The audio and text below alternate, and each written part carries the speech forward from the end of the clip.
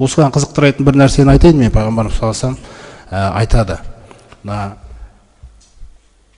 Мәсәлул бейти, бір үйді мысалға келтірейін дейді. Қараңыздар. Бір үй бар дейді. Қараңыздар. Мәсәлул бейти, әлләзи юқрау фихил Құр'ану. Сол үйде Құран оқылып тұрады дейді. Құран оқылып тұрған үйдің мысалы дейді. Ятараа, қараңыздар, ли ахли самаи. Кама татараа нуджуму ли ахли арди. Жердегілерге аспандағы жұлдыздар қалай жарқырап көрінсе дейді. Жердің бетінде Құран оқылып жатқан үй аспандағы періштелерге солай көрінеді дейді.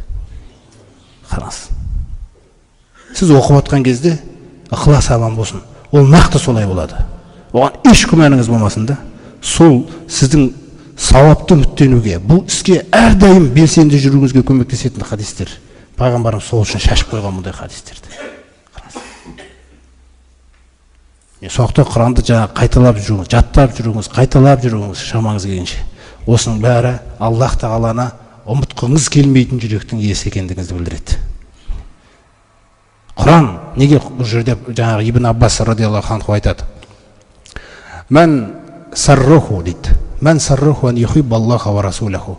Кімде-кім Алланы және елшісін жақсы көретін көрсеткісі келсе дейді. Қараңыздар.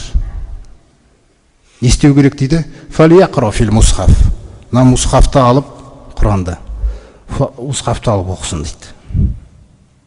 Осыны оқуың арқылы сен көрсете аласың дейді. Алланы да елшісін де жақсы көретіндігіңді дейді. Осы сағаттар үзілмеу керек.